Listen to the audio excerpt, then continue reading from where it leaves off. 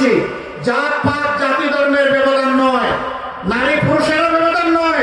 যার হাতে যে কাজ শুভ পাবে ইনশাআল্লাহ তার হাতে সেই কাজ তুলে দেওয়া হবে। মানুষের সম্পদে ভাগ বসায় চাঁদা তুলে সেই চাঁদাবাজদেরকে লাল কার্ড দেখানোর দিন হচ্ছে আগামী 12 তারিখ। আগামী 12 তারিখ দখলদারকে ইনশাআল্লাহ এই জাতি লাল কার্ড দেখাবে, মামলাবাজদেরকে লাল কার্ড দেখাবে, দুর্নীতিবাজদেরকে লাল কার্ড দেওয়া হবে, যারা আধিপত্যবাদের দালালি করে তাদেরকেও লাল কার্ড দেখাবে। আগামীতে যদি কেউ বুট চুরির চিন্তা করে অথবা কোনো ইঞ্জিনিয়ারিং এর চিন্তা করে, যত বড় শক্তি হোক আমরা ছেড়ে কথা বলবো না ইনশাআল্লাহ। এ ভোটের জন্য লড়ে যাব। 18 কোটি মানুষের 12 কোটি 50 লক্ষ ভোট, এটাকে নিশ্চিত করা হবে ইনশাআল্লাহ। জুলাই সন্তানেরা, যোদ্ধারা, লড়াকু সৈনিকেরা কোন আধিপত্যবাদ আর মেনে নেবে না। এই আধিপত্যবাদের বিরুদ্ধে এক সোচ্চার কণ্ঠ ছিল তাদের সন্তান শরীফ উসমান বিন হাদি। তার দুটি দাবি, একটা ছিল বাংলাদেশে আর কোনো অবিচার বৈষম্য মানব না, দ্বিতীয়টা ছিল আর কোনো আধিপত্যবাদকে মেনে নেব না। যারা সমর্থক তারাই তাকে খুন করেছে। আপনারা কি হাদির বিচার চান? সে বিচার আমরা করবো ইনশাআল্লাহ, কথা দিচ্ছি। শুধু হাদির না, আবরার ফাহাদ থেকে শুরু করে আবু সাইদ, মুগ্ধ, হাদি, এই যুদ্ধে যারাই শহীদ হয়েছে ইনশাআল্লাহ তাদের বিচার আমরা করব। প্রিয় বাংলাদেশের 18 কোটি মানুষের সম্পদ চুরি করে বিদেশে যারা পাচার করেছে 28 লক্ষ কোটি টাকা, আল্লাহ তাআলা এই দেশ সেবার সুযোগ দিলে ওদের মুখের বিরুদ্ধে হাত ঢুকে পেটের ভিতর থেকে তা বের করে আনা হবে ইনশাআল্লাহ।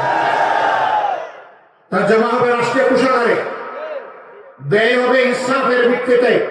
বাংলাদেশের যে এলাকা যতটা পিছিয়ে পড়েছে, বঞ্চিত হয়েছে, ইনশাআল্লাহ উন্নয়ন শুরু হবে ওখান থেকে।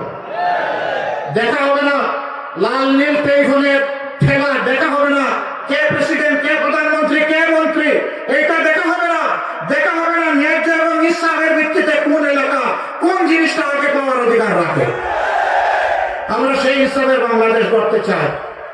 এই যাত্রা আপনাদেরকে আমরা সঙ্গী হিসাবে পেতে চাই। আমরা সাবধান করে দিচ্ছি, বাংলাদেশে অতীতের ইতিহাসের কালচার আর চলবে, অতীতের ইতিহাসের যে ভোট, ভোটের সেই কালচার আর চলবে না।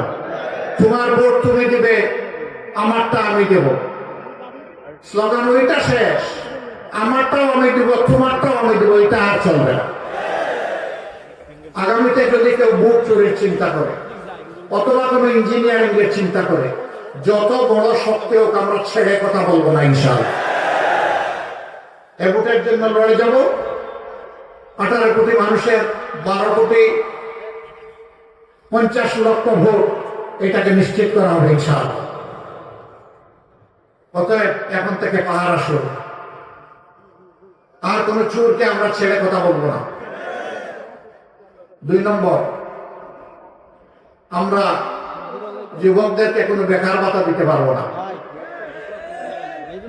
যুবকরা কি আমাকে এখানে তাড়া করবেন? আপনারা কি চান?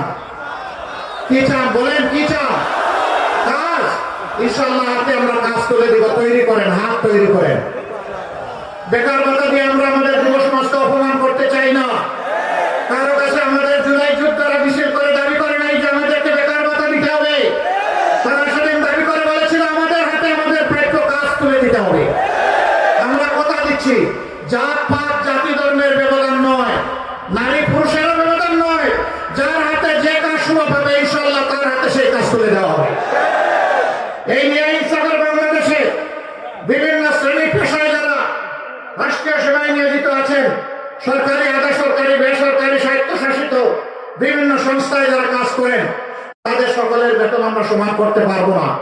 যার যে মর্যাদা অনুযায়ী তাকে বেতন এবং ভাতা দিতে সরকার বাধ্য থাকবে। তাদেরকে মর্যাদার সাথে দেশে তারা যাতে বেঁচে থাকতে পারে এবং নিজের সমস্ত যোগ্যতা উজাড় করে দেশকে যাতে সেবা করতে পারে, সেই সম্মানটুকু আমরা তাদেরকে দিতে চাই। যার সার্ভিস যত ঝুঁকিপূর্ণ তিনি ইনশাআল্লাহ হবেন তত বেশি সম্মানিত। এর ভিত্তিতেই আমরা ইনসাফ কায়েম করবো ইনশাআল্লাহ। সেই ইনসাফটা যখন বাংলাদেশে কায়েম হবে, তখন বাংলাদেশ হবে একটা চলন্ত উড়োজাহাজ। সেই উড়োজাহাজের ককপিটে অর্থাৎ ড্রাইভিং সিটে আমরা যুব সমাজকে বলবো, তুমি ক্যাপ্টেন, তুমি বসো, উড়োজাহাজ তুমি চালাও। আমরা গিয়ে পিছনে প্যাসেঞ্জার সিটে বসবো ইনশাআল্লাহ। তারা রকেট গতিতে এই দেশকে সামনের দিকে নিয়ে যাবে। পিছনের কোনো কাসুন্দি নিয়ে এই জাতি আর কামড়াকামড়ি করবে না। এই জাতিকে আর বিভক্ত করার সুযোগ আমরা কাউকে দেব না। ঐক্যবদ্ধ জাতি, ঐক্যবদ্ধ বাংলাদেশ, এটি আমাদের স্লোগান। তাই নিয়ে আমরা ইনশাআল্লাহ এগিয়ে যাব। এবার সেই ইনসাফের জন্য, ইনসাফের বাংলাদেশ, ঐক্যবদ্ধ বাংলাদেশ করার জন্য দুটা ভোট। একটা হচ্ছে গণভোট। গণভোটে কি বলবেন? কি বলবেন? হ্যাঁ মানে আজাদি, না মানে গোলামি। আজাদি না গোলামি। প্রথম ভোটটা ইনশাআল্লাহ 12 তারিখ হবে হ্যাঁ। সবাইকে নিয়ে হ্যাঁ বিজয়ী হবে ইনশাআল্লাহ। দ্বিতীয় ভোটটা ওই যা বললাম, ন্যায় ইনসাফের বাংলাদেশ, দুর্বৃত্তদের হাত থেকে মুক্তির বাংলাদেশ, নতুন বাংলাদেশ। আল্লাহ তাআলার কাছে দোয়া করি 13 তারিখ এই দেশ যেন একটা নতুন দেশ পায়। 13 তারিখের ভোরের সূর্য যেন তার পিঠে করে মুক্তির পয়গাম নিয়ে আসে, যে এখানে আর গোলামি আর আধিপত্যবাদ চলবে না। পারিবারিক গোষ্ঠীগত রাজনীতি অচল, দলীয় সরকার অচল।